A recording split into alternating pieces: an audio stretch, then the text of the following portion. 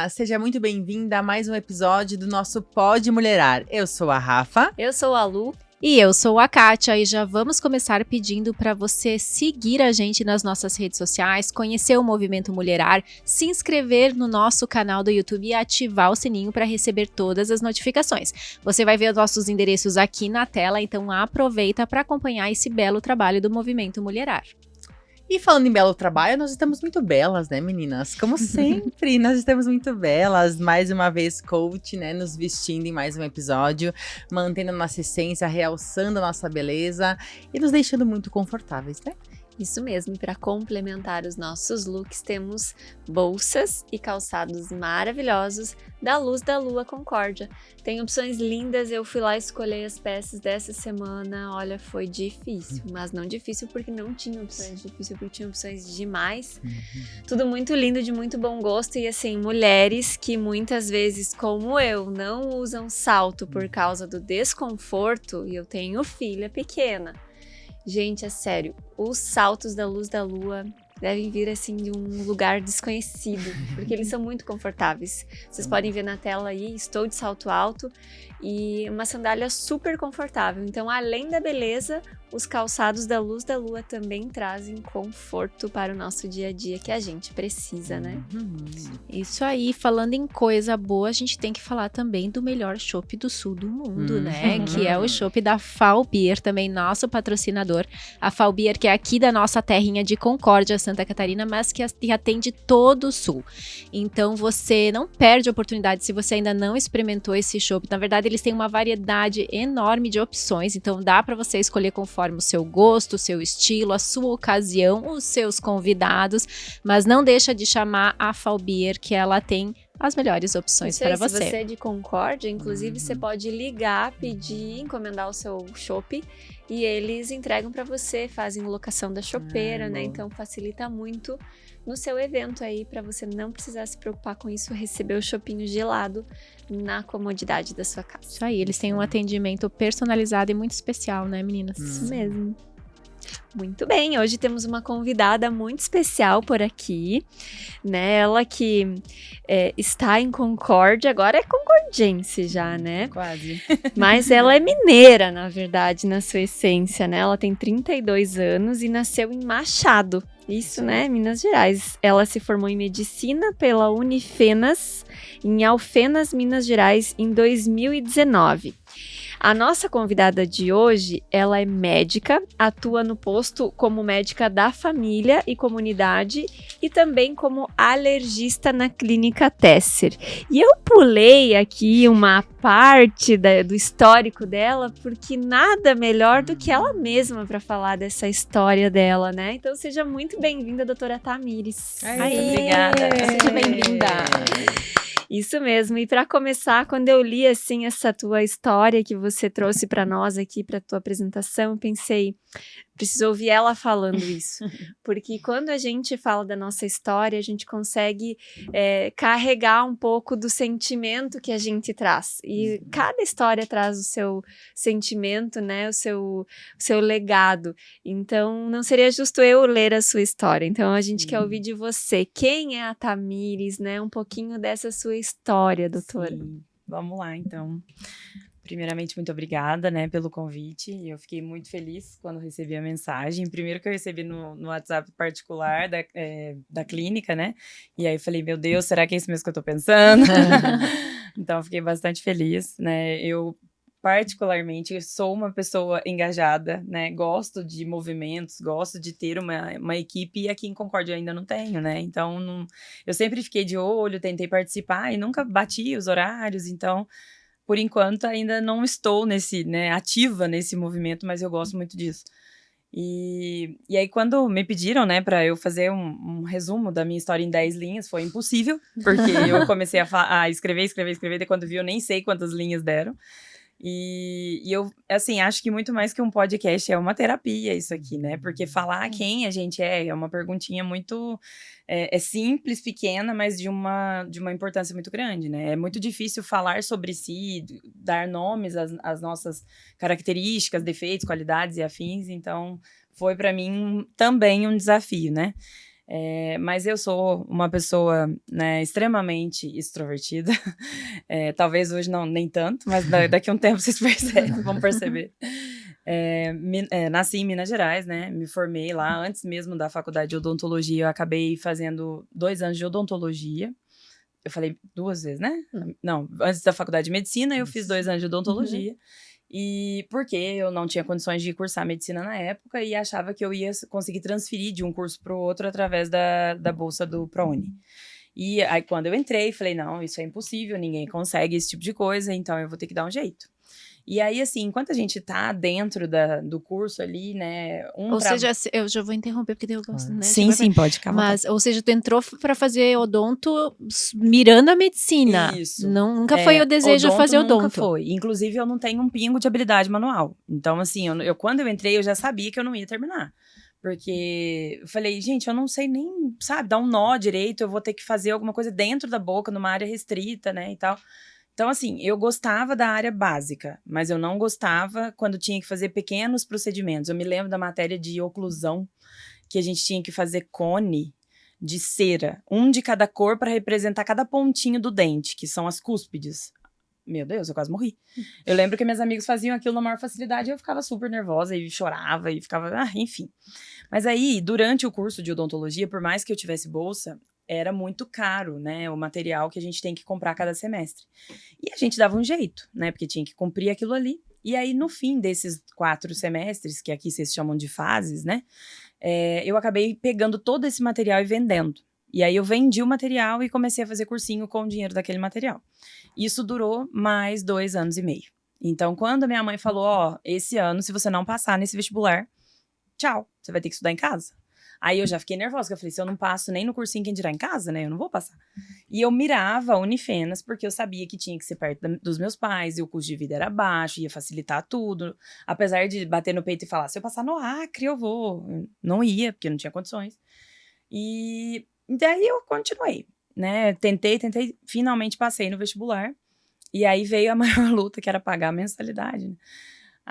Porque aí não tinha mais ProUni, não conseguia fazer pelo ProUni por conta de nota, né, no Enem, lá na época.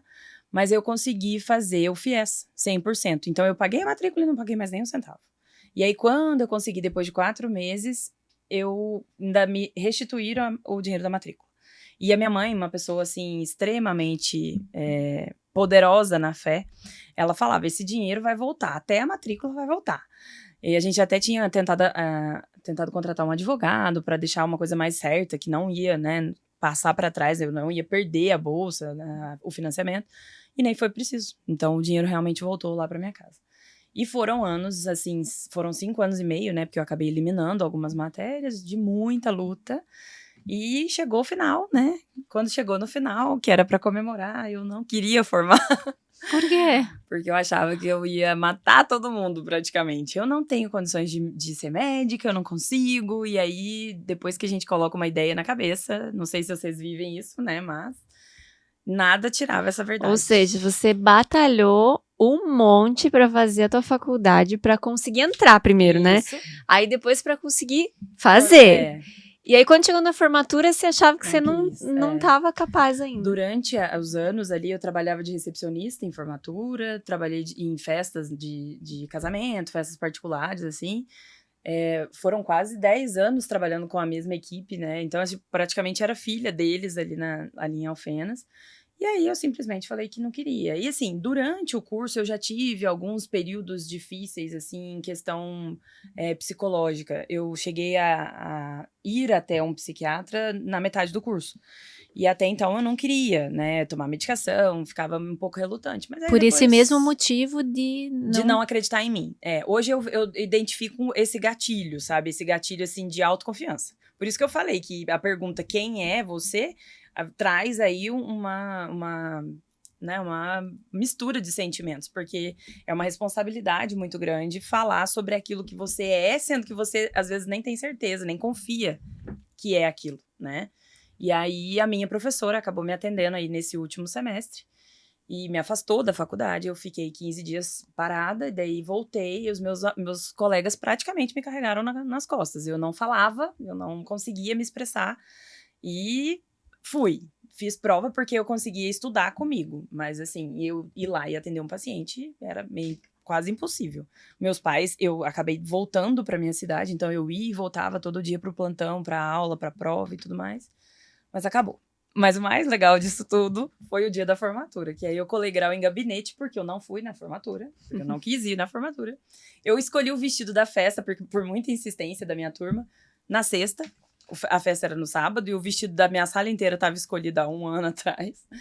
E aí, no dia da minha colação de grau de gabinete, meu pai tinha um Gol 97 quadradinho, que eu usei depois para dar plantão por 5 meses. E aí, a gente tava no meio do caminho, 30 quilômetros entre Machado e Alfenas, e o carro estragou. Aí eu falei, eu sabia, gente, isso aí é um sinal de Deus. Não é pra eu formar, vocês não estão entendendo. Agora Deus interviu. Agora vocês vão acreditar. A minha mãe, gente, eu nunca vi minha mãe brava, me pegou pelo braço e falou, nem que seja andando, você vai até Alfenas. E aí fui. Cheguei lá, né, meus tios estavam vindo pra ir na colação, então passaram e me pegaram, o carro ficou pra trás lá. E aí colei grau e voltei, mas dá pra ver, assim, nas fotos, o sorriso falso, sabe? Nenhum pingo de vontade de estar ali. Sendo que há 6, 7 meses atrás, quando a gente tinha feito aquelas fotos de convite, fim de curso, era normal, né? Eu tava vivendo a mesma experiência que todos os outros colegas da sala. Mas deixa eu te perguntar, por que tu foi fazer medicina? Então, eu sempre fui uma pessoa que quis salvar, entre aspas, o outro. E não é no sentido de saúde, tudo. Se você tem um problema financeiro ou não, tem um problema na sua casa, eu quero te ajudar a resolver.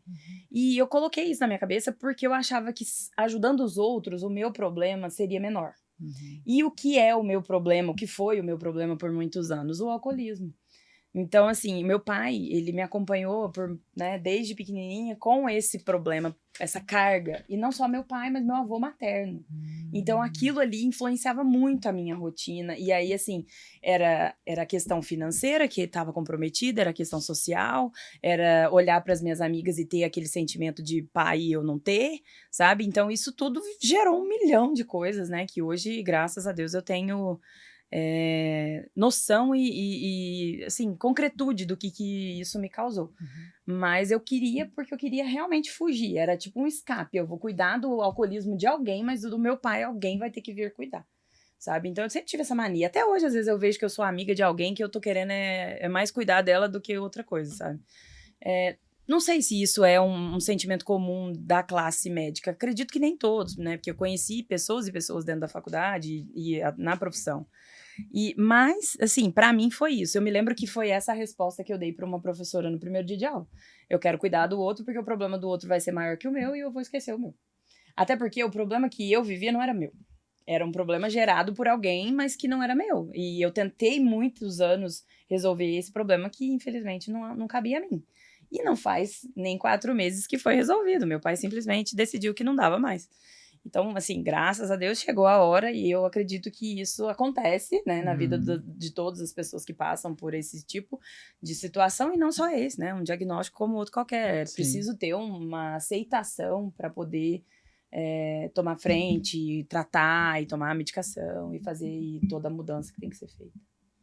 E como é que foi depois da formatura? Então, aí no meu 5º ano de faculdade, a gente muda de uma cidade, né, de Alfenas, para uma cidade para fazer o internato, que no meu caso foi Varginha, do ET de Varginha. Sim. Não sei se vocês já ouviram falar. Sim, já. Então, existe mesmo? O ET eu não sei.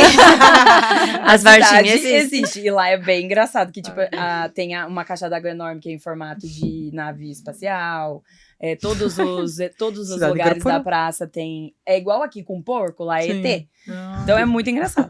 E aí eu fui pra lá. Estranho seria se não aproveitasse isso, né? Exatamente. Vocês ficaram sabendo que aquele filme, o novo Alien, foi lançado no Brasil, lá em Varginha. Ah, é? Foi bem legal. Que legal. Bom, foi bem legal. Nem fui lá. E nem assisti, porque eu não gosto. Mas dizem que foi. Tem um museu lá. É bem interessante. Tem histórias e histórias. Mas eu me mudei pra lá, fiquei lá no ano de 2018 e numa bela festa encontrei o André, que é o meu marido atualmente. E assim, o André, a gente se conheceu em junho, maio pra junho, e a gente sabia que ele ia voltar pro sul, porque ele é engenheiro, trabalhava lá com a equipe do tio dele daqui, e eu ia voltar pra Alfenas, e de Alfenas só Deus sabe onde eu iria trabalhar. Então a gente ficou nesse tempo todo junto ali, era praticamente um namoro, com muito respeito e tudo mais, mas era só entre a gente, porque a gente sabia que em dezembro cada um ia virar as costas e seguir seu caminho. E na despedida, em dezembro, o André chorou. Aí eu falei, ué, eu chorar é normal, agora um homem chorar, deve ter alguma coisa diferente nesse negócio. E aí, depois disso, eu fiquei com aquilo assim na cabeça e a gente continuou conversando, e ele se mudou para os Estados Unidos. E dos Estados Unidos pra cá, né, sei lá quantos continentes, 2 continentes de distância, ele começou a meio que ter ciúme de algumas coisas que eu estava vivendo naquele momento, que era o meu último ano de faculdade. E não sei se vai ser assim quando a medicina aqui chegar no 6º ano, mas quando o acadêmico de medicina chega no 6º ano, ele é praticamente um rei na cidade. Então, ele anda de capa. Ele, assim, ó, gente, assim, cheguei no meu reinado. Então, assim, imagina, eu solteira. Eu queria era aproveitar, eu ia em todas as festas, como todos os acadêmicos, né? E o André, eu contava isso pro André, ele ficava meio com ciúme. Eu lembro até que eu ficava, André, sai aí, vai arrumar uma namorada e tal. Aí tinha as colegas dele de inglês lá, e ele falava, a cultura é muito diferente, não é igual aí, né? O Brasil é pegação. Enfim, que aí num belo dia eu falei, você quer saber? Então, assim, ó, ou me peça em namoro, ou nós vamos namorar à distância, ou nós vamos ter que parar de conversar. E aí ele tava em Nova York no dia. E aí eu brinquei com ele, falei, você vai ter que subir ali no Empire State e fazer um pedido. Cara, ele deve ter feito um pedido de 3 segundos. Eu não sei se vocês lembram daquela época que a gente falava por 3 segundos no telefone, pra não gastar o crédito. Caiu o pulso. Exato. Ele fez isso, ele fez um vídeo em 3 segundos, assim, me pedindo e fazendo um 360 pra eu ver onde ele tava. E aí foi muito engraçado, que depois que ele desceu num bar embaixo ali, tinha um brasileiro. E o brasileiro falou assim, e aí, ela aceitou? Aí ele falou o quê? Eu vi você pedindo a tua namorada lá. Ui. Aí ele falou, meu Deus, não acredito que até nos Estados Unidos eu tô passando vergonha. Eu falei, aí já não é comigo. Mas foi muito engraçado. E quando o André voltou, ele ficou comigo lá um tempo, conheceu meus pais e tudo mais. E logo quando eu entrei naquele período muito difícil, que foram mais ou menos uns 2 meses, o André poderia ter virado as costas, né, e desistido. E muito pelo contrário, era ele quem dormia comigo no telefone todos os dias. Então, ele foi pra mim ali um apoio que eu jamais imaginei que ele me daria naquela hora, né? A minha mãe, não me esqueço, o dia que ele saiu daqui, ele ia uma vez por mês pra gente se encontrar. Minha mãe falou, troca de roupa, o André tá chegando. Aí eu falei, tá bom. Fui lá, tomei um banho, coloquei uma roupa pior que a que eu tava. Ela falou, meu Deus do céu, não, melhor você voltar e pôr a roupa que você tava antes, porque tá muito feia. E eu me lembro até da calça que eu tava. Mas é porque, assim, ele queria, sabe? Eu acho que eu brinco que ele viu em mim um potencial que eu não conhecia em mim mesmo. Mas ele disse que ele tem um plano, que ele vai ser meu secretário. E eu que vou trabalhar. Sacanagem. Ele está vislumbrando o futuro. Sim. Eu espero que ele administre tudo e eu fique trabalhando só sentado no consultório.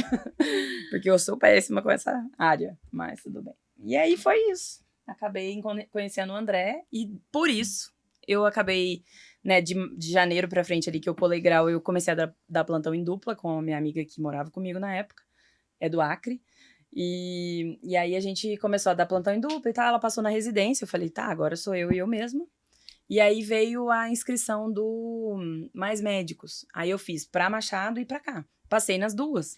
E a minha mãe falou, mas você vai? Eu falei, vou. Aí ela falou, mas por quê? Eu falei, mãe, porque se não for pra eu ficar perto dele, eu não vou saber se é ele. E meu sonho sempre foi ter um casamento. Né, porque eu vivia a vida inteira sem aquele afeto do pai. Não que meu pai não me ame, muito pelo contrário, ele faz tudo pra mim. Só que eu tinha sabe, esse vazio. Hoje ele completa isso muito bem, e já faz um tempo. Foi só quando eu mudei pra cá que ele começou a se tornar o pai que eu queria que ele fosse, sabe? Ele já fez 1001 coisas pra provar isso. E, vamos começar a chorar. E aí, eu falei, a minha mãe falou, então tá, eu acho que por ter vivido tudo aquilo comigo, né, mesmo à distância, ela confiou no André. E ela brinca não, porque minha mãe não brinca. Ela falou até no casamento, né, na cerimônia, que o André foi um presente de São José pra mim, porque São José é o marido de Maria, que aceitou todas as condições dela pra viver uma vida matrimonial com ela, né, uma vida, assim, de marido. Esposo, e é o que o André é pra mim, né? Então, assim, não tinha como contestar muita coisa. Eu falo que o André trouxe pra mim uma estabilidade emocional que eu nunca tive. E aí eu acabei vindo pra cá, trabalhar aqui. Tá fazendo quanto tempo que tu tá em Concórdia? Ano que vem, em abril, já vai fazer 5 anos. E como que foi a experiência de morar aqui? Olha, eu cheguei com um pouco de medo, porque eu nunca tinha morado tanto tempo fora. Eu já tinha morado uns meses em BH pra fazer cursinho e tudo mais. Isso antes lá da Odonto, na época de super intensivos, de vestibular e tal. Mas nunca tantos anos, tantos quilômetros de distância, porque tudo se eu precisasse eu chorava e ia em casa, né? E aí vim com a cara e com a coragem. André me buscou com o carro da mãe dele, a gente trouxe o carro cheio de coisa e foi isso. Só que quando eu cheguei aqui era pandemia, tinha acabado de começar. Então eles precisavam de médico, então eu já entrei com tudo. Eu fazia muitos plantões, eu trabalhava em Planalto na época no posto. E aí no posto era tranquilo, à noite eu vinha pro hospital, que era mais punk, né? E trabalhava no Guilherme Reich no final de semana. Então, tipo, eu só trabalhava. E aí a turma do André me recebeu muito bem. Os meninos, o pessoal do Alabama e por aí vai ali, eles sempre foram muito animados. Hoje eles já estão ficando velhos. E a gente morava ali no Shopping China. Em cima era o apartamento da avó do André. E a gente fez um apartamento provisório até o nosso ficar pronto, né, pra morar. Gente, a gente fazia festa todo dia. A pandemia lascando, morrendo 1 milhão de pessoas. E nós lá, todo dia, quinta a domingo a gente tava lá. E eu ia pro plantão, voltava, eles estavam lá ainda e aquela coisa. E eu acho que foi isso que me fez pensar assim, tô na República, tô na faculdade ainda, nem me formei. E aí depois que a gente se mudou pra casa mesmo, pro nosso apartamento, é que ficou meio difícil, porque a gente tinha vizinho, né? Aí não dava pra ficar fazendo muita festa. Aí acabou as festas. Graças a Deus, não aguentava mais. Aí eu começava a viver uma vida mais tranquila, de casamento mesmo. E assim, eu fui muito bem recebida. Não sei se é porque a gente se fechou muito, né? Entre as suas equipes de trabalho. Então, a minha enfermeira de Planalto, eu sou amiga dela até hoje. O pessoal que eu trabalhei no hospital. Então, assim, era um círculo, né? Literalmente, um grupinho. E aí eu não me senti excluída, não senti que a cultura era muito diferente, apesar de ser, né? A gente em Minas tem uma cultura muito familiar, de ser ligado e muito conectado com tios, avós, primos de segundo grau.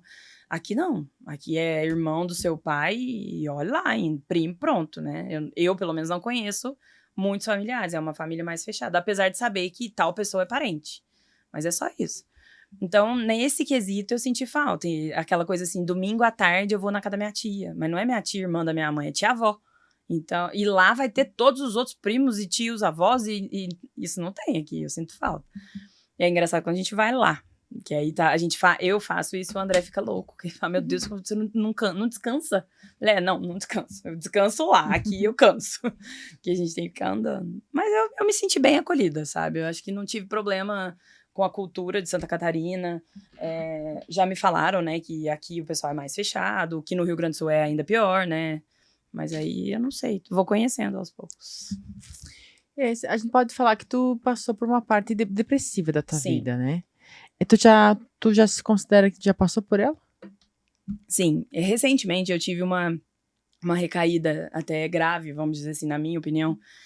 Porque para quem tem depressão, né, para quem tá ouvindo e já viveu esse diagnóstico, é uma doença que ela praticamente não tem cura, ela tem uma remissão e se for por um motivo específico, que não está associado a outros diagnósticos, né, outros transtornos psicológicos e afim, ela vai passar. Senão, ela pode ficar ali em latência, vamos dizer assim, escondida, né, então vem um gatilho, alguma coisa, ela acaba aparecendo. E assim, com o passar dos anos, as crises podem ficar piores, né?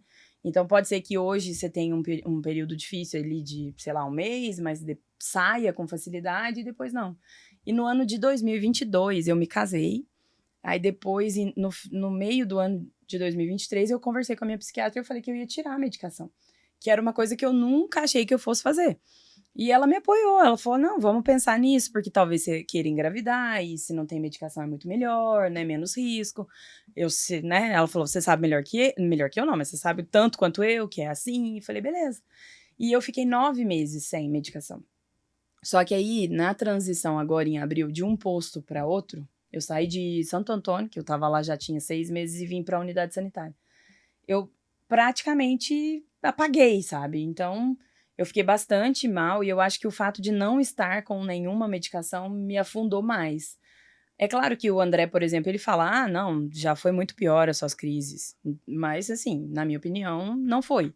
Foi difícil, mas eu não desisti, né? Eu escrevi isso hoje ali naquelas retrospectivas que a gente tem feito lá no Instagram, que eu resisti e sobrevivi. Mas hoje, agora, estou medicada, né? Falei que não vou mais tentar, né? Ficar sem medicação. Vou tomar medicação. Eu nunca tive preconceito, sabe? Eu nunca tinha, eu não quero tomar medicação. Nunca tive isso. Quando eu tive que tomar a primeira vez, foi bem tranquilo. Só que eu queria viver, era como se fosse uma conquista pra mim, sabe? Não preciso disso pra me controlar, me tornar uma pessoa estável, vamos dizer assim. E aí eu não consegui. Né? Então, assim, eu não me sinto frustrada, muito pelo contrário, eu acho que hoje eu reconheci o que o meu pai também reconheceu, sabe? Que contra a natureza a gente não pode brigar. Então, assim, é do meu natural, do meu cérebro. O cérebro é um órgão como um pâncreas, como um fígado, como um rim que tá doente. Então, se eu não tomar medicação, eu vou me prejudicar. Então, eu preciso estar com essa medicação em dia. E não só a medicação, como a terapia, né? A terapia, eu estou com a mesma terapeuta já faz quase 9, 8 anos. Ela é lá de Minas, eu faço tudo online, mas eu também, nesse período agora desse ano, acabei contando com a ajuda da psicóloga da clínica, que ficou comigo aqui, porque eu preciso, não adianta, né? A minha cabeça não funciona como a cabeça de todo mundo funciona. E não é a cabeça, é o meu órgão cerebral. Se esse copo quebra na minha frente, eu reajo de uma forma e não é uma coisa que eu controlo, é quimicamente, é orgânico, é fisiológico e patológico. Para você é completamente diferente. Então não tem como a gente falar assim, olha, eu não preciso disso. E seria até um egoísmo da minha parte, porque querendo ou não, quem fica mal com tudo isso não sou só eu, né? É todo mundo que tá ao redor, envolvido na minha situação. Então, eu adoeço, mas eu adoeço o André, principalmente, que tá do meu lado. Se eu tiver um filho, no futuro, é ele que vai adoecer comigo, eu não vou conseguir cuidar tão bem dele. Então, são vários fatores que a depressão envolve, né? E hoje eu vejo isso. Mas foi difícil aceitar, assim, que eu teria que voltar pro remédio e que eu não poderia mais tentar tirar. Mas agora já aceitei. Graças a Deus. Agora, Tamiris, pra mim, a gente está falando de um assunto que a gente fala muito no movimento mulherar, que a gente gosta bastante de falar da questão da autoestima. Sim. Que a autoestima, ela é uma palavra que às vezes você para pensar só na parte estética, mas é tão profundo e fala tanto sobre a gente se conhecer, como a gente se enxerga. E você trouxe aqui na tua trajetória algo importante que eu queria que tu me dissesse se ainda se concentra nisso, que é a autoconfiança, que foi o que te bloqueou lá, né, quando você se formou. Você acha que isso é algo que te afeta, que pra mim é uma parte de autoestima, isso, né? E também queria que tu falasse pra mim que ferramentas que tu usa no teu dia a dia pra você conseguir, né, tentar ir superando essas dificuldades. Sim, tá extremamente relacionado, né? Eu acredito que deve ser assim, até braços, né, da autoestima, a autoconfiança, né, o autocontrole e por aí vai. Eu nunca tive autoestima. Se você me conhecesse quando eu cheguei aqui, você ia perceber. Porque eu trabalhava muito, então eu só trabalhava de roupa larga, Crocs e por aí vai. Pelo conforto. Mas porque também eu não fazia um pingo de questão de levantar da cama 5 minutos mais cedo para me arrumar. Então, quando eu percebi que isso também influenciava na minha autoestima, na minha autoconfiança, né? Eu falei, não, vamos ver. E isso foi por conta de uma amiga minha, que ela dava plantão como se ela estivesse indo pra festa. Eu falei, meu Deus, como é que você consegue ficar esse tempo todo chique? Fazer ressuscitação cardiopulmonar, né? As paradas cardíacas. Como assim? Ela falou assim, amiga, se eu não olhar no espelho e olhar pra mim e falar, meu Deus, que poder, né? Eu até salvei uma vida hoje. Pra que eu vou viver? Aí eu falei, tá, mas você pode usar esse tipo de roupa que você tá usando aí na rua. Aí ela falou, não, na rua eu quase não vou, porque eu tenho que trabalhar. Então, se nesse momento eu estou só trabalhando, eu vou viver bonita no plantão. E realmente, é a Amanda. A Amanda, ela sempre estava bonita no plantão. Eu falei, então tá bom, então eu vou fazer igual ela. E aí comecei a me cuidar. E por quê? Por conta de nunca ter tido dinheiro na vida, quando eu comecei a trabalhar, eu comprava até passarinho voando. E aí eu tinha 1 milhão de roupas lá guardadas, mas também não usava. Então eu falei, não, vou começar a usar. E aí comecei a me arrumar pra ir no plantão. Comecei a passar filtro solar no rosto, com base, sabe? E um blush. Nada muito elaborado, até porque eu tenho preguiça. Ainda tenho preguiça. Mas comecei a me cuidar. E isso foi restaurando em mim a autoestima. Porque eu sempre tive mania de me comparar. Né? Não tem nada pior do que se comparar. A partir do momento que instala a dúvida e você se compara com alguém, pronto, o caos se instalou na cabeça de quem tem essa tendência depressiva. E aí, por conta de ter essa herança toda de comparar minha família, meu pai, minha situação financeira e tudo mais, quando eu peguei e falei, não, chega, né? A grama do outro é sempre mais bonita, mas eu posso fazer a minha grama ficar bonita também. É minha responsabilidade, sou eu. E isso eu fui resgatando ali na terapia. O que me ajuda muito atualmente, né, que eu falo que já tem mais ou menos 1 ano aí que eu tenho feito bonitinho, regularmente, é claro que não, né, tem semanas que não dá e tudo mais, atividade física, né, que eu não fazia, eu sempre fui sedentária, e aí eu comecei a fazer atividade física, tive que ter um personal, não tô falando que quem não tem dinheiro pra pagar um personal não precise, não vai conseguir, não, mentira, porque se você quer, você instala ali um compromisso com você mesmo, não é com mais ninguém, e vai caminhar. Pra mim, muito melhor do que ir pra academia é caminhar. Eu adoro caminhar na rua, ver pessoas andando, sentir o vento no rosto, sabe? Eu gosto disso. E atividade física, a terapia que eu sempre estive, né, desde aquela época, comecei a escrever sobre as minhas emoções ali, né, num caderno específico, tipo um diário, e principalmente, quando eu acordo todos os dias, o meu devocional. Então, se eu não fizer tudo isso, eu me sinto falha. Às vezes eu acordo um pouquinho atrasada, ou então eu tô tentando fazer agora academia de manhã, então às vezes eu acordo já naquela correria pra sair, aí eu não consigo parar e ouvir ou ler o devocional escrevendo.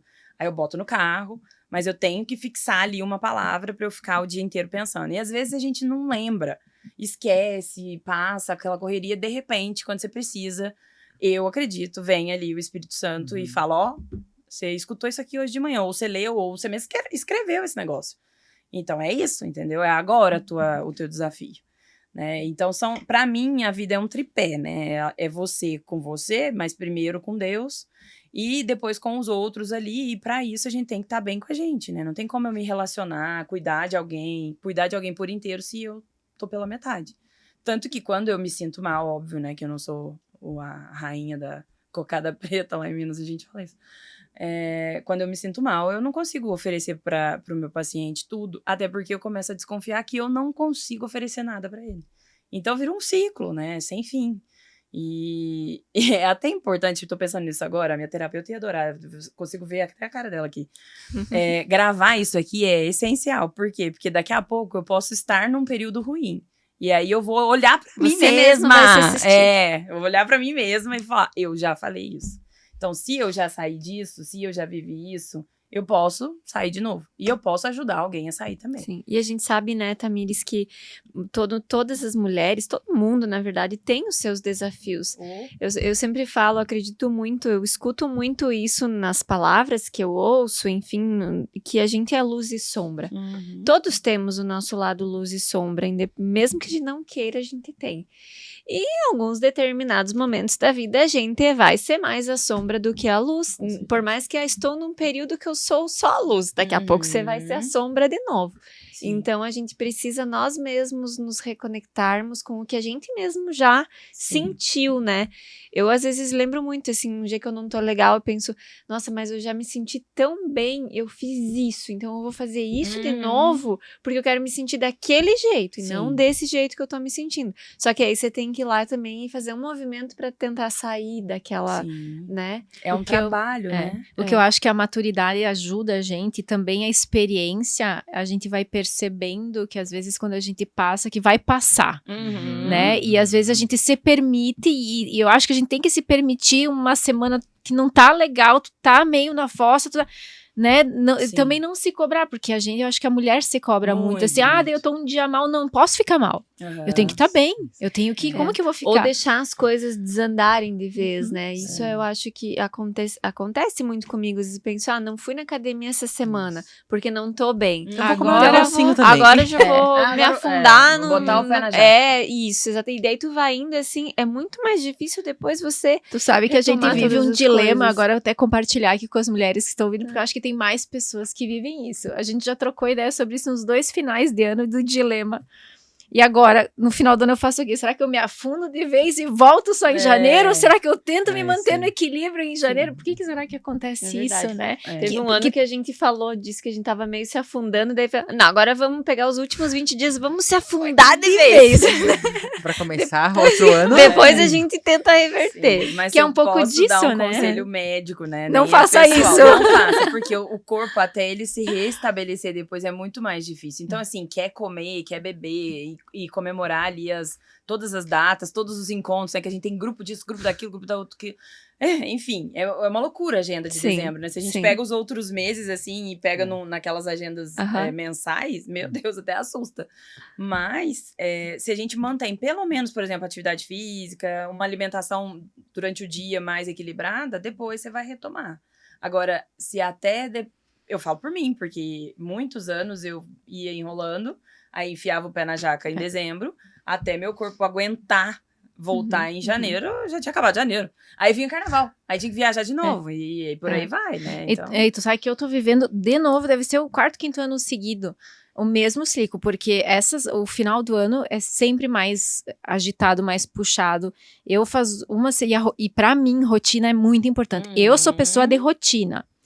E faz umas 2 semanas que eu já não consigo mais seguir a minha rotina. E daí eu já tô, será que eu tento amanhã? Será que semana que vem vai começar? Nós vamos meio que entrar em férias? É aquilo que a gente fala, a gente deixou de fazer uma coisa, a gente já quer deixar de fazer todas. Então assim, se você comeu demais hoje, por que você não vai na academia amanhã? Só porque você comeu demais hoje? Daí que você precisa ir na academia amanhã. Mas a gente pensa, não, já que eu comi demais hoje, nem vou na academia amanhã.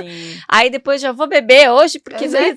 Então eu acho que é isso que talvez esse equilíbrio que a gente precisa, assim, exagerei aqui, mas não preciso deixar cair aqui também, né? E aí é mais fácil de a gente ir voltando ao centro. Exatamente. E assim, sobre rotina, eu acho que ainda não se descobriu quem fala que não gosta de rotina. Não tem como viver sem rotina. Ainda mais sendo adulto. Adolescente, a gente vive na loucura, né? Criança, não sabe nem que é isso. Agora, adulto, gente, se não tem rotina, não tem vida. Eu sinto muito, mas eu já vivi na minha vida adulta sem rotina e hoje eu olho pra trás e falo como é que eu vivia, sabe? Eu tinha algumas coisas que era, tipo, ter agenda escrita de papel, aquela coisa de escrever. Isso foram coisas que eu vivi e trouxe. Mas a rotina de acordar, fazer isso aí, a gente deveria ensinar para as crianças na escola. Isso e a educação financeira, que eu ainda não tenho. Mas a gente chega lá. Isso aí. Tamiris, eu queria que tu falasse pra gente como é que tu... Porque assim, eu acho legal as pessoas que estão ouvindo entender que tu falou muito da aceitação, né? Aceitar que tu tem um diagnóstico é o teu principal ponto pra tu começar a se curar, né? E como é que tu começou a identificar os primeiros sinais? Tu identificou, alguém identificou por ti? Como é que foi aceitar isso? Eu acho que é um grupo, sabe? O teu grupo familiar, primeiramente, ele tem que ter essa noção, sabe? Como eu estava sem medicação esse ano, falando agora, né, do que eu tenho vivido recentemente, quando eu mudei o posto, eu percebi que eu fiquei um pouco angustiada, e aí eu fiquei tão acelerada que eu comecei a ter insônia. Aí eu já identifiquei que uma coisa, assim, clássica é a mudança do teu padrão de sono, do teu padrão de alimentação, de ânimo, né, de querer ou não, evitar algumas pessoas, ficar só ali no teu conforto, vamos dizer assim. Então, assim, eu percebi isso, né, e minha mãe, que eu converso todos os dias, como se ela morasse aqui, ela também percebe, o André percebe, mas o André ainda não fala muita coisa, ele espera, ele é mais cauteloso. Mas a minha mãe, por exemplo, essa semana, ela inclusive falou pra mim, Tamiris, tô te achando meio agressiva. Aí eu falei, por quê? Ela falou assim, não sei, parece que você tá respondendo com muita rispidez, assim, as coisas. Faz sentido, né? E aí, quando ela me falou, e daí também tem que ter jeito pra falar, né? Porque se ela me fala de um jeito que me ataca, eu ataco ela, pronto. Aí o caos tá feita a instalado. confusão. Então, o jeito que ela me falou me fez parar e pensar, será que eu tô um pouco estressada? Será que tá mudando alguma coisa em mim? Aí eu já corro, vou pra terapia, ligo pra ela, mando um áudio. Hoje o áudio é uma benção, né? Que ela não precisa ouvir na hora que eu tô ligando, vamos dizer assim. Aí falo, identifico algum ponto, sabe? Eu acho que é mais ou menos isso. E, com certeza, o pontapé inicial pra cura é a aceitação mesmo. Não tem dúvida de que é preciso aceitar que o problema tá ali. Inclusive, nesse ano, é uma experiência que eu já dividi no Facebook com todo mundo. Eu tive uma paciente que me marcou muito. E ela era gestante na época, 20 e poucas semanas, e descobriu uma malformação no bebê. E ela me desafiou porque ela depositou em mim uma confiança que eu não tinha em mim. E ela queria que eu ajudasse ela, óbvio, eu era a médica dela. E aí eu falei, olha, pera. Aí tomei os exames da mão dela, porque eu falei, ela vai embora pra casa com esses exames, ela vai procurar tudo, porque ela saiu daqui do hospital e já foi pro consultório, porque o médico falou pra ela, eu acho que você tem que investigar isso aqui. Vai pro teu médico o mais rápido possível. E como eu fico 40 horas no posto, eu tô lá a qualquer momento que o paciente chegar. E aí eu peguei os exames dela e falei, amanhã de manhã você vai voltar aqui pra gente conversar. E aí eu falei, meu Deus. Quando é um caso assim mais grave, eu ligo pra minha mãe e falei, você vai ter que me ajudar aí, bota os teus santos pra trabalhar, porque eu não posso deixar essa paciente assim. E aí eu conversei com o pessoal daqui do hospital, do alto risco e tal, não tinha muito o que fazer pelo SUS, mas aí tinha o nosso, eu não sei se eu posso ficar falando o nome dos outros. Pode. O especialista em ultrassom aqui nosso, né, em Concórdia, e eu falei pra ela, você tem condições de pagar uma consulta? Vai lá. Aí fiz um encaminhamento urgente, ele atendeu ela, tipo, no outro dia. Dali ele encaminhou ela pra Porto Alegre, não, Floripa, ela operou intraútero, reduziu drasticamente ali a complicação que a bebê poderia ter. Hoje a bebê já nasceu, tá bem, já fez até intervenções cirúrgicas. E assim, quando eu paro pra pensar, naquele dia que ela chegou e me questionou, sabe, me pediu ajuda, ela não tava ali pra me acusar de nada, mas eu não me sentia feliz, satisfeita se eu não ajudasse mais ela, sabe? Hoje eu olho pra ela com a bebê no colo, eu falo, meu Deus do céu. Eu já cheguei a pensar, enquanto eu não tava bem, que ela tinha me desestabilizado. Eu já falei isso pra ela, eu falei, você tirou o meu chão. Porque eu estava totalmente confortável trabalhando em Santo Antônio. Eu sabia tudo que estava lá, eu controlava ali os meus pacientes, gestante, hipertenso, diabético. Ali, para mim, era confortável, 2.000 pessoas, bem tranquilo. Aí me colocaram no centro, 120 gestantes, eu nem ginecologista sou, um monte de gente, ninguém tem registro de número de pacientes, nem nada, porque aqui tem um monte de gente que tem convênio e não usa o SUS. Enfim, que aí eu falei para ela, você tirou o meu chão, porque foi o caso mais grave que eu acompanhei. Teve mais uma, mas ela não era tanto. Ela falou sim, eu falei, só que agora ela trouxe a bebezinha. E pra mim, quando eu vejo ela, é como se fosse luz, assim, sabe? O nome dela tem algum significado do tipo, traz a luz. Mas eu falei pra ela, você me desestruturou. Foi ali pra mim um período muito difícil, que me desafiou, mas eu consegui e consegui pra ela uma coisa muito melhor, né? Porque se ela tivesse ficado por aqui, talvez ela ainda estaria internada, com várias complicações. E ela tem hoje as complicações mínimas da doença dela, que é a mielomeningocele, né? Que é aquela malformação do tubo neural.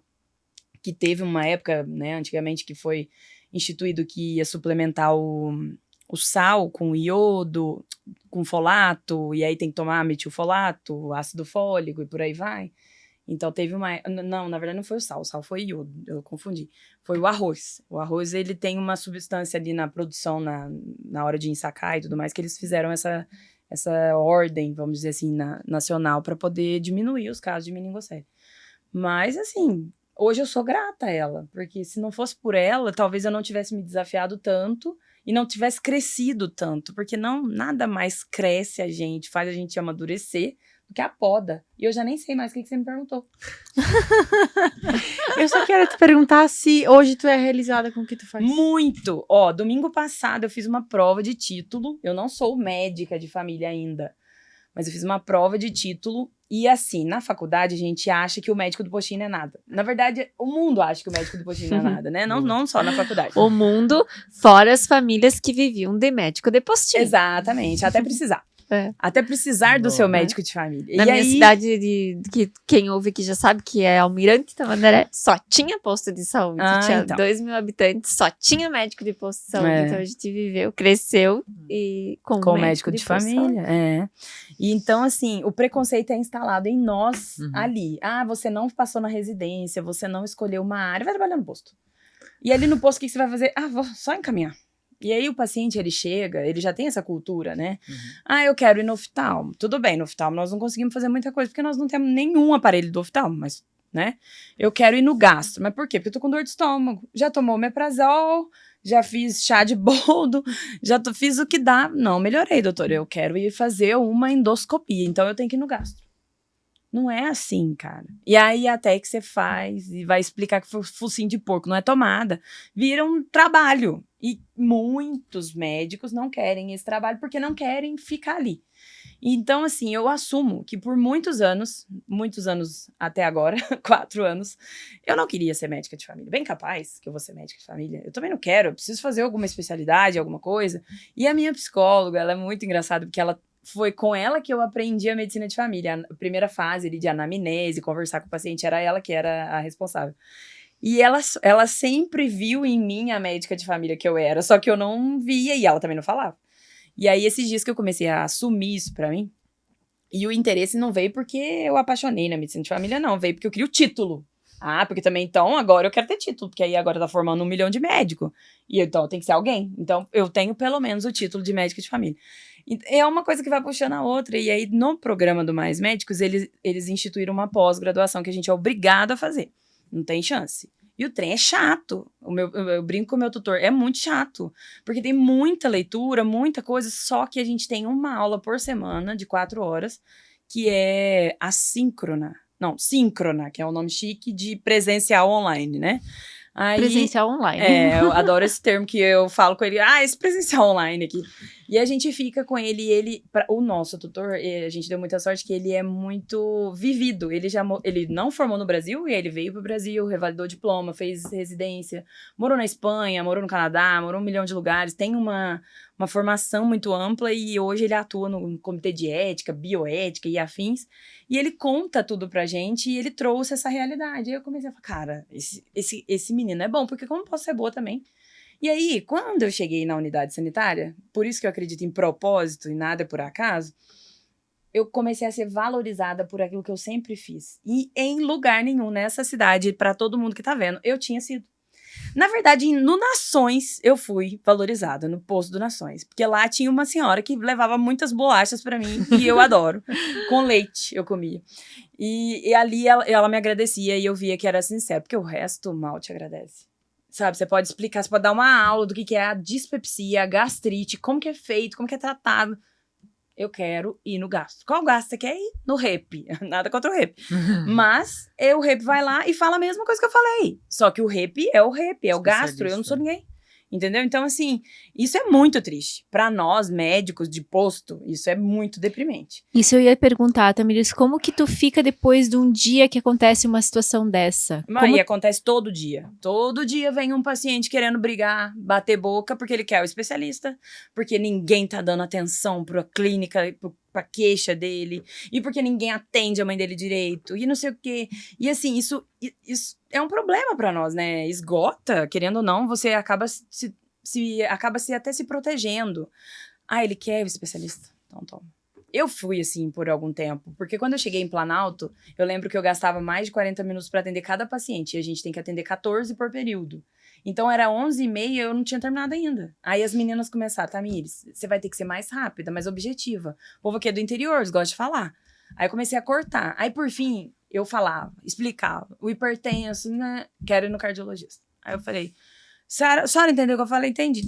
Mas eu quero ir no cardiologista. Então toma, então vai no cardiologista. E aí ia pro cardiologista, voltava pra mim reclamando que o cardiologista não tinha falado nada. E aí, sabe, nunca tá bom. E infelizmente, não quero falar de política e sou apartidária, não tem nenhuma defesa de nada. Eu sei que o programa que eu trabalho é um programa mais populista, vamos dizer assim. a medicina de família é populista, né? Mas o que é pago tem valor. O SUS não tem valor. Então, assim, ó, eu posso ter o melhor atendimento aqui na Rede Cegonha, no pronto-socorro, eu posso entrar infartando, fazer angioplastia, ser mandado pra Xanxerê, não morrer, ser atendido, mas não me trataram bem. Você viu aquela enfermeira? Não gosta do que faz. E aí começa. E aí falam mal, sabe? Então, assim, é muito difícil. Eu falo que se custasse R$10, já ia melhorar. Então, eu sei que todo mundo paga. Eu também pago. Talvez eu pague até mais do que quem tá ali sendo atendido por mim. Imposto no Brasil é progressivo, né? Mas, assim, não tem valor. E aí, o que aconteceu? Eu fiquei por muito tempo com esse desgosto. Eu não quero ser médica de família só. Eu quero ser médica de alguma coisa. E aí, eu falei... Esses dias eu entrei lá no site... Esse dia não, já faz um tempinho. Eu entrei lá e vi que eu já poderia fazer a prova de título. E aí, eu falei, eu acho que eu vou usar essa prova de título porque ela é pré-requisito para outras especialidades, que é a alergologia, né? Que eu tenho feito ali com o Davi. E aí, eu falei, vou fazer a prova. Fiz a prova. E esse meu tutor corrigiu minha prova comigo. Falou, você já passou. Eu falei, não vamos comemorar. Ele, vamos comemorar. Eu falei, tá, eu vou comemorar. Mas se eu não passar depois lá na frente, a culpa é tua. Aí, ficou naquela brincadeira. Mas, assim, eu sou muito satisfeita. Eu tenho, assim, um pouco de receio de pensar que eu vou ter que uma hora sair do posto pro meu bem, tá? Porque é uma coisa que desgasta, sim, e que não tem plano de carreira nenhum. É só aquilo ali e pronto. Você sempre vai ser a médica do postinho, sendo concursada da prefeitura ou não. Não que isso seja um problema, porque se isso... Por exemplo, eu decidi que vou ficar na prefeitura, quero trabalhar só com isso, eu vou lá, compro o meu papel, faço, gosto e vou embora. Não tem que pensar se tem que comprar papel higiênico, pagar energia, contratar empregada. Isso não é problema meu, entendeu? E tanto que no posto aqui em Concórdia, quem é administrativo é a enfermeira. Eu não sei nada de boletos e afins e coisas que elas têm que fazer. É a responsabilidade delas. Mas, em compensação, você não consegue fazer outras coisas quando você cumpre hora, né? 40 horas. E aí, nesse meio tempo todo aí, veio o Davi, né? Tesser, que conversou comigo um dia para perguntar se eu não teria interesse de trabalhar com alergia no consultório dele, porque ele faz cirurgia e o paciente volta porque tem rinite. E aí, o fundo da rinite é alérgico, né? E aí, eu falei, olha, Davi, eu nunca na minha vida pensei que eu ia fazer alergia, até porque imunologia, que é a base da alergia, é muito difícil. Ele falou, Tami, mas pega aí uns livros, dá uma olhada, que jeitinho dele, não sei se vocês conhecem. Tami... Aí eu falei, ó, tá, vamos pensar. Aí, só que eu sou assim, ó, muito impulsiva, tá, gente? Se vocês falarem pra mim assim, ó, você quer participar do movimento mulher, aí eu já quero ser a presidente. Aí eu falei, então tá, então vamos. Aí comecei a pesquisar curso. E aí fui fazer, eu nem sei se já era pra eu falar dessas coisas, mas vamos lá. Pode falar, que E aí pesquisei, achei vários cursos, São Paulo, Curitiba e tal. E pra mim, a minha referência sempre foi paulista, né? Eu moro, o sul de Minas ali é muito perto de São Paulo. BH é quase nada pra nós ali, de referência mesmo. E aí eu falei, eu vou pra São Paulo, as minhas amigas estão tudo lá. Eu vou, fico na casa delas, faço os cursos e tal. E eu fiquei encantada, porque eu falei, cara, se esse negócio funciona mesmo, é muito bom. Eu tive algumas crises aqui no sul e nunca tinha tido rinite. Aí eu falei, esse negócio incomoda demais. Se alguém vive com isso, tadinho dessa pessoa. E aí comecei a conviver com pessoas que tinham rinite. Tem até a Bruna, que é uma amiga minha, que, meu Jesus amado, ela ronca por conta da rinite. Então é uma qualidade de vida muito ruim. E aí a gente começou a fazer os testes e aí começamos a fazer o tratamento que a gente tem proposto ali, que é a vacina para rinite, né? Para mudar o curso natural da doença e não só tratar sintoma, desentupir nariz. E eu fiquei muito satisfeita. Mais satisfeita ainda eu fico quando é criança. Eu tenho um fundo pediatra em mim, médica da família desde as criancinhas, né? Quando elas entram, gente, tem cada coisa que eles falam, que eu falo, não é possível. Então, teve uma que foi atender lá no meu lugar. Enquanto eu arrumava o teste dela, ela quis ser médica. Ela atendeu, virou pra mãe dela e falou, mamãe, paciente, o que você tem hoje? Aí a mãe dela falou que tinha dor na barriga. Aí ela foi, desenhou no meu receituário uma barriga, assim, um quadrado, 2 quadrados. Nesse quadrado ela colocou pirulitos e no outro ela colocou maçã. E ela falou, mamãe, né, paciente, pra não ter dor de barriga, não pode comer pirulito, pode comer maçã. E fez um xizinho e o check. Falei, cara, alguém deve ter ensinado isso pra ela na escolinha. Tem 3 para 4 anos, é um toquinho. E assim, isso é muito gostoso. E aí, junto com isso, veio a valorização, que eu nunca tinha tido. E eu não sei se uma coisa puxou a outra, o povo do... Porque tudo é Instagram hoje, né? O povo do posto viu que o povo do particular, né, da clínica, tava valorizando, então também vou valorizar. E aí o povo do posto vai pro particular, o povo do particular quer continuar seguindo no posto, porque é direito dele, e eu nunca neguei isso. Vamos fazer algum acompanhamento a longo prazo, é do posto, mora no meu bairro, eu vou atender, não tem problema. E eu não vou atender diferente, só porque tá me pagando ou porque tá me deixando de pagar. Até isso é uma coisa que eu acho que, sei lá se vai me dar problema. Enfim, eu não vejo problemas. Se o meu convênio, eu não tenho convênio, mas se o SUS não cobre um exame e ele puder fazer e eu puder ajudar ele no SUS, então vamos fazer. Né? Ele paga o exame, o custo do exame, e eu vou lá e continuo o tratamento. Então, assim, a gente tem vivido eu tenho vivido isso há 1 ano, né? Não tem muito, 1 ano e pouquinho. E, pra mim, assim, tá sendo incrível. Talvez vá chegar a hora que eu vou fazer só a parte alérgica e o posto vai ficar de lado. Mas eu jamais vou esquecer que a minha base veio ali da medicina de família. E assim, eu sou bem brigona, sabe? Então, se precisar falar assim, Tamires, ajuda aqui a gente a organizar um pouquinho essa atenção primária de saúde da cidade de Concórdia, eu dou minha cara a tapa. Porque eu gosto. E eu gostei muito de uma coisa que aconteceu aí nesse período também, que foi dar aula. Né? Então, eu fui pra UNC dar aula lá e é ali que a briga vem, né? Porque a faculdade, ela consegue tudo para os alunos e, por consequência, para a população. Então, eu já sei que se for para eu brigar, vai ser por ali. E ser preceptora, ser referência para alguém, às vezes eu olho para os meus alunos e eu falo, meu Deus do céu, daqui 4 anos eles vão ser meus colegas, eu não tô preparada. Mas eu gosto demais. Eu fui muito bem acolhida na faculdade, apesar das críticas, porque eu nunca vi um povo difícil de lidar, que é o ser humano, que é aluno. Mas eles me fizeram crescer, assim, exponencialmente nesses últimos 2 anos. E eu tenho contato com eles como se eu ainda estivesse lá. Eu parei um semestre, mas vamos ver se eu vou voltar. Muito bem. Isso me poupou a pergunta de como que ela parou na questão da alergia ali. Porque realmente esse é um problema bem comum aqui na cidade, né? E a gente já ouve falar muito, muito bem, assim, de você nessa área, inclusive. Ah, fico feliz. A Mari, inclusive, é a minha paciente que me abandonou, né? Mas ela disse que vai voltar. Tô esperando, mas a rinite dela também é bem grave. E assim, hoje, infelizmente, né, o mundo, não só o Brasil, não só Concórdia, tem vivido um boom das alergias, né?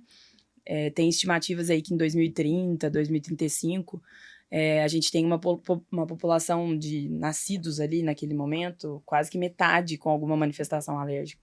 E as mais graves são alimentares, né? Então a gente tem que tomar muito cuidado. Isso é verídico, doutora, porque hoje a gente vê muita criança nascendo com restrições, com alergias, e a gente não via isso no passado. A gente não via ou não tinha mesmo? Não tinha. A gente desenvolveu. Desenvolveu. E por quê? Hábito de vida. Hábito de vida, mutação genética, vírus, né, bactérias, imunidade.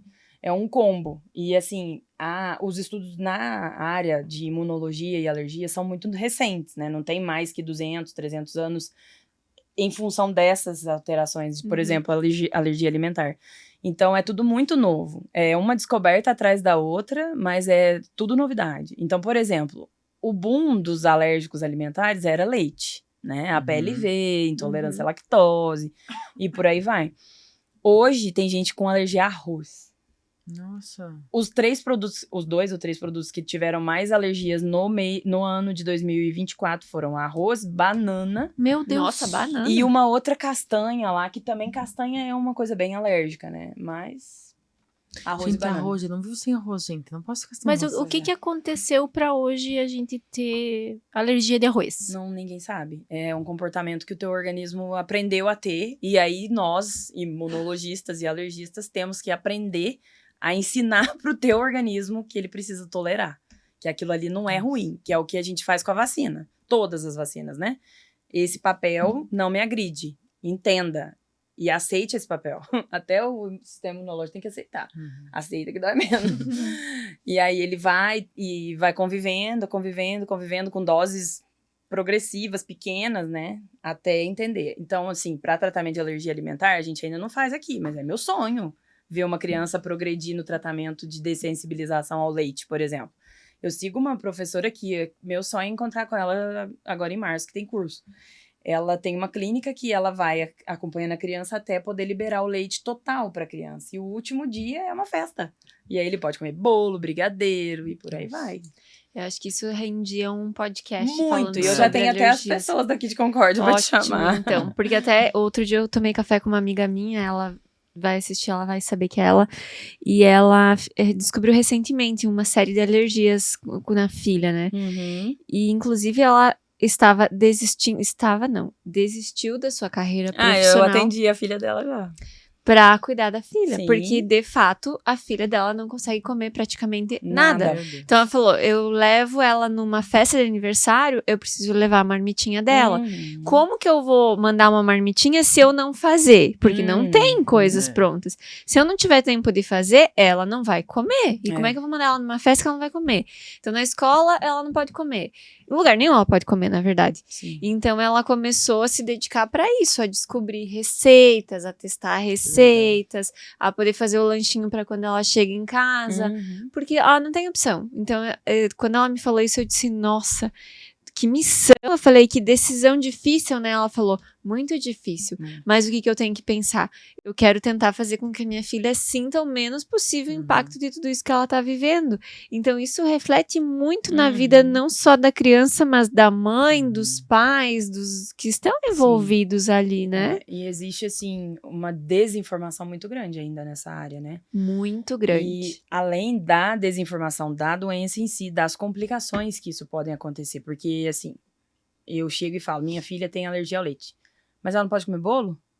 Aí você tem que explicar que tem bolo que é feito com leite. Então, ela não pode comer o bolo. Aí, então, assim, mas o que vai acontecer? Ela só vai ter uma coceira? Vai ter uma diarreia? Vai ter tosse? Porque às vezes tu pensa, então vou deixar porque só vai ser isso. Vamos dar só um pouquinho. Aí vem uma criança e oferece, assim, sem intenção. Não vai ter problema. A criança pode morrer. É muito grave. E aí, uma coisa que eu até preciso sentar e pesquisar é que eu fiquei sabendo, e não sei se isso é só aqui, que não é permitido o paciente portador de alergia grave carregar consigo a sua caneta de adrenalina. É claro que no Brasil a caneta é caríssima, né? Ela é importada, ela não tem comercialização local ainda. Vai ter até o final do ano, se Deus quiser. E aí vai cair pela metade. Mas assim, por exemplo, a filha da minha paciente, que a gente tava falando da mesma pessoa, eu tenho certeza, ela anda com as ampolas. E aí, tudo bem, não daria pra eu entregar uma ampola pra uma criança, levar pra escola, abrir, se não for alguém que foi treinado pra isso. Não precisa ser da saúde, mas que seja treinado, ensinado. Que eu tenha ensinado, o médico, alguém. Mas a caneta, ela é muito fácil, é uma caneta grossa, assim, que alguém vai administrar na coxa da criança. E ela tem que ter um kit, 2, porque uma pode falhar. Mas não pode levar na escola. E o dia que a mãe me contou isso, gente, eu se fosse minha filha, eu já ia falar, então tá bom, então vai estudar em casa. Porque como assim? Ela falou, não, se acontecer alguma coisa, nós vamos te ligar na hora. 5 minutos não dá mais, entendeu? Não é uma brincadeira. E as pessoas não têm dimensão dessa gravidade, entendeu? Por isso que eu acho que esse é um podcast que a gente precisa fazer. Porque além da informação física, das questões físicas, de saúde, tudo isso, que é uma série de coisas que a gente nem faz ideia. Inclusive, quem não tem filho, não tem ninguém na família, também precisa ouvir, porque você convive provavelmente com criança que tem, e você precisa ter noção do risco que você pode causar. Também tem a questão psicológica de uma mãe, assim, por exemplo. Essa mãe, inclusive, me contou que tinha uma viagem da escola que ela teve que ir atrás de carro. Ela chegou na escola com a caneta e disse assim, precisa levar junto, porque se acontecer alguma coisa, precisa aplicar. Sim. E realmente a escola não aplica, né? E aí ela falou, então, sua filha não pode ir, a menos que você vá junto. Só que era uma viagem só das crianças. E aí ela disse assim, eu fiquei naquela. Eu tiro a privacidade da minha filha de poder. E como todos os coleguinhas estavam felizes da vida que eles iam pela primeira vez viajar, só os coleguinhas e a prof. Aí eu peguei meu carro, fui pra casa, botei um tênis, porque eu tava de salto, peguei o carro e fui atrás, no ônibus. Fui até lá na cidade onde eles foram atrás, meio que na retaguarda, que se acontecesse alguma coisa eu tava ali. Mas pra tentar deixar a minha filha viver o que os outros estavam vivendo sem afetar. Mas eu tava ali, tentei não interferir, mas eu tava ali. Então pensa. A filha de uma vizinha minha, que é A irmãzinha era minha amiga de infância. Ela tinha alergia ao leite e era muito grave. E a mãe restringiu ela para poder ofertar para ela essa segurança. Depois, com o tempo, né, nem ela sabe, mas a filha começou a poder comer coisas com leite. E hoje em dia ela tem reações leves, assim, uma diarreia, um estufamento abdominal e por aí vai.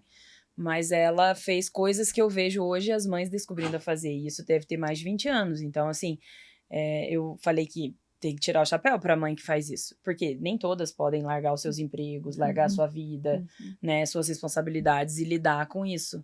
E você já pensou o sentimento de uma mãe de pensar que, ai meu Deus, porque eu não tava lá naquela hora, minha filha morreu? Porque nós não estamos falando de passar mal e ir pro hospital, nós estamos falando de morte.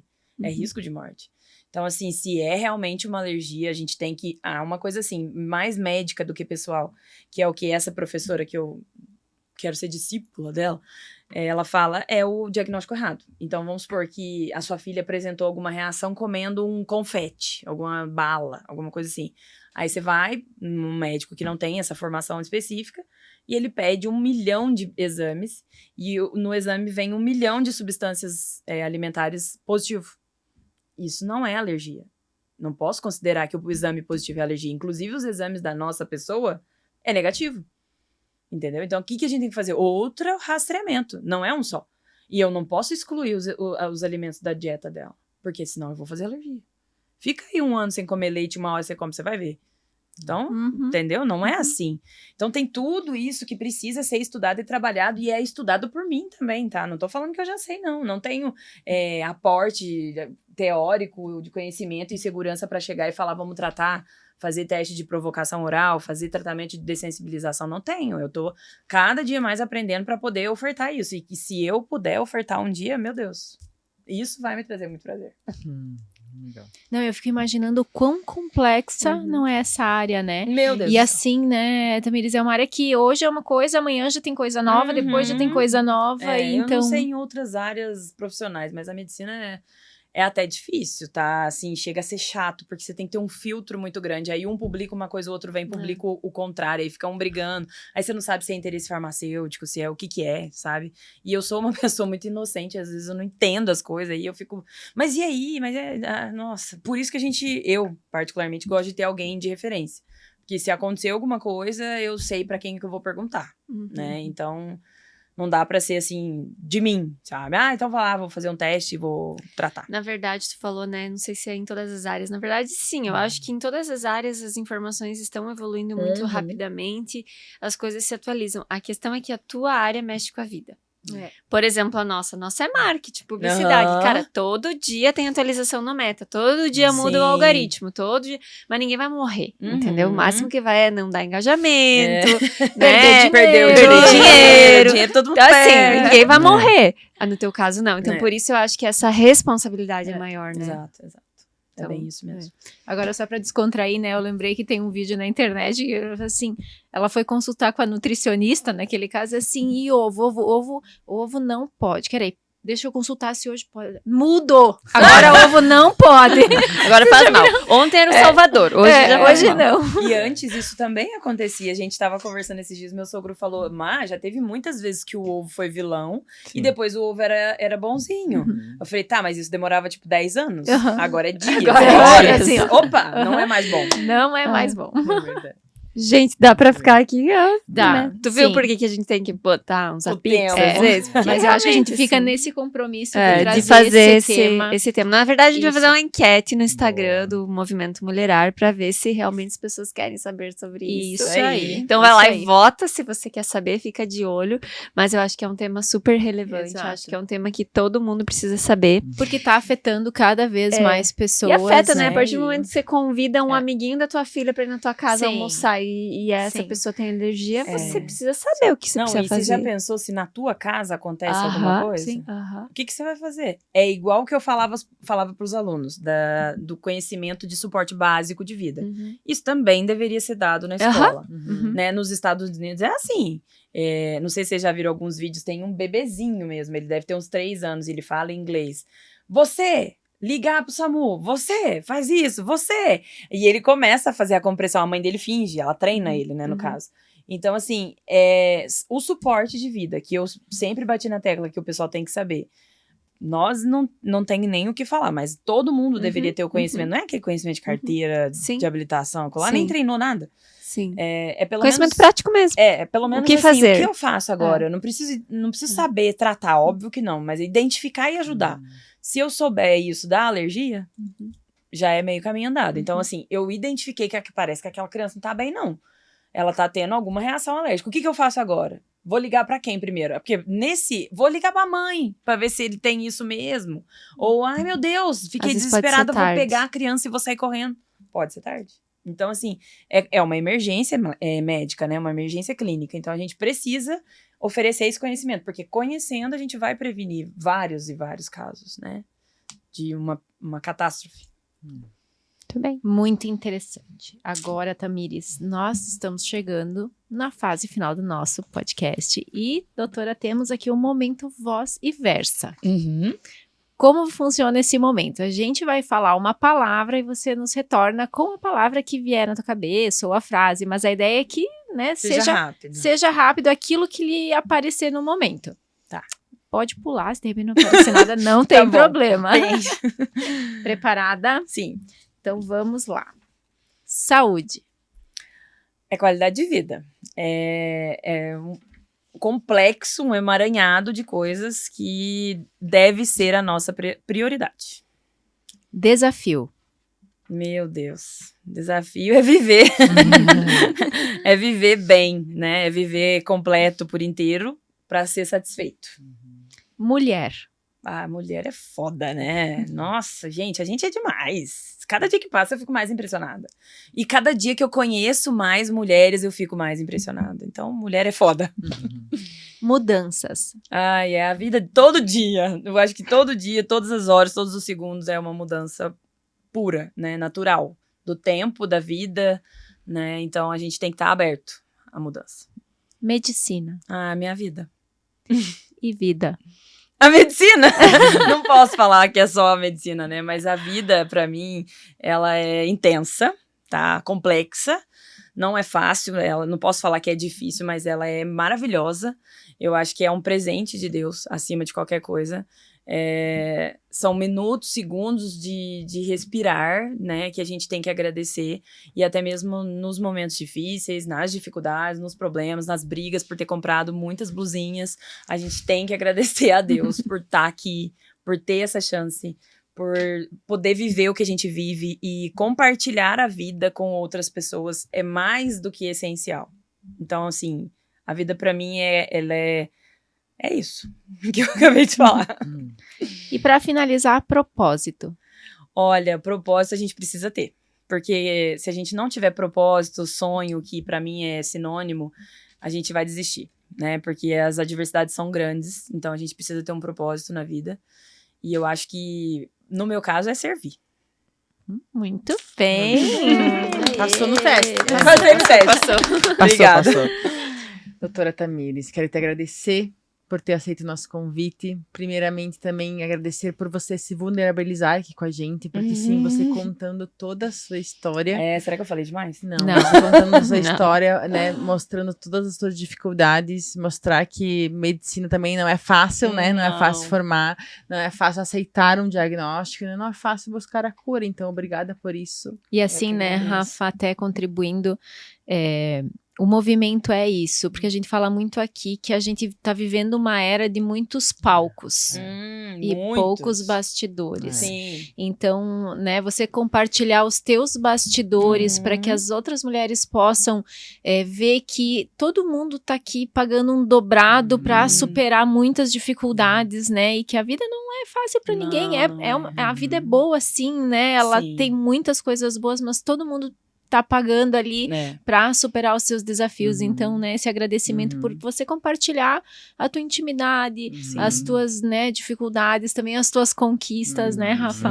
Pegando a frase da Kátia, a vida é boa, mas ela não é o que o Instagram mostra. Não, é isso e, aí. Assim, eu não sei se vocês me acompanham lá já, Mas eu tento mostrar o que eu faço de verdade. E eu sou muito bocó. Eu falo demais, às vezes eu brinco demais. Mas é aquilo ali, entendeu? Você não tem que mostrar. É claro que a gente quer mostrar o que é bom, mas você também tem que mostrar que você sofre, que é difícil. Porque, na verdade, eu acho que esse palco, ele tá mudando de personalidade. As pessoas têm entendido que viver a vida da Virgínia ali é muito legal, mas não é o que eu vou viver, cara. Ela é 1 em 1 milhão, eu admiro muito a história dela, o que ela vive, mas me poupe, né? Me mimei com uma bolsa de sei lá quantos milhões. Isso eu nunca vou viver, eu nem quero viver isso. Eu nem preciso de uma bolsa. Eu nem preciso, a bolsinha de qualquer... sei lá, vive bem, entendeu? Então, assim, eu acho que é muito da prioridade que as pessoas têm dado, entendeu? Eu nunca gostei de seguir blogueiras e afins, porque eu brincava que a vida delas era muito fácil, mas é o que elas mostram. Pode ser que seja difícil, pode ser que elas passem horas malhando pra manter um corpo bonito, não durmam pra fazer suas coisas, enfim, não quero saber. Eu quero saber de gente de verdade, né? De quem realmente vive aqui, aquela dificuldade, se dispõe a viver e mostrar aquilo. Eu brinquei falando, né, se eu falei demais e tudo mais, porque assim, ninguém me conhece aqui em Concórdia, tá? Eu sou a mulher do André, e aí a família do André é conhecida e tal, mas ninguém conhece. E nesse momento eu tenho me apresentado. E eu não me importo de ser esse livro aberto, não. Desde que eu aprenda a lidar com as críticas, né? É um desafio aí grande, porque muitas vezes a gente se expõe e não sabe lidar com o retorno que isso vai ter. Pode ser positivo e pode ser negativo. Então, assim, é claro que a gente quer muito conviver e contribuir com os outros, né? Mostrar a nossa realidade, mostrar a nossa fragilidade para viver bem. Mas também a gente tem que ter esse olhar empático, né? Não é porque a doutora falou que ela tem depressão e que eu não vou confiar nela.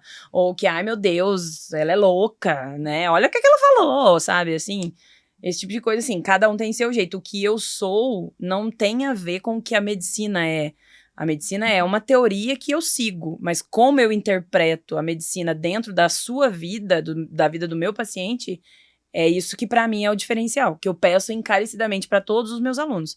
Seja empático, você pode não gostar daquela pessoa, mas entenda a doença a partir da experiência que o teu paciente tem dela, e não a partir da experiência que você fez daquela doença no livro. Depois você usa o livro pra tratar ela, mas entenda o que o teu paciente tem. Então, eu acho que isso é um conselho pra vida. A gente tem que entender os outros a partir do que o outro é. Ah, aquele lá tá fazendo isso é errado. Mas você sabe o que ele tava vivendo naquela hora? Não julga, tá? Ninguém tá aí pra julgar ninguém. Deixa fazer errado, depois vai aprender lá na frente, né? E é assim pra mim também. Se eu tô fazendo errado hoje, uma hora eu vou aprender. Que sorte tem os pacientes do postinho encontrar a doutora Tamires, né, gente? A partir desse episódio, acho que o postinho não vai será bombar, mais o mesmo. Vai bombar. O Mohan tá lá no meu lugar, eu tô de férias.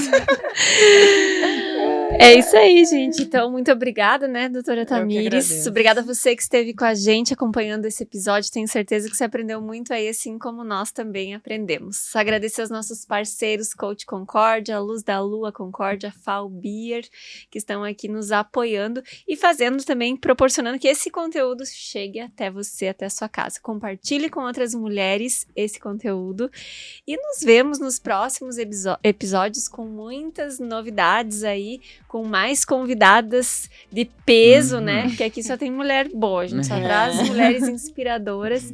E não deixe de nos acompanhar. A cada 15 dias, nas quartas-feiras, tem episódio novo no nosso canal. Então ativa o sininho e já acompanha lá. Isso aí. Até mais. Até mais. Tchau, tchau.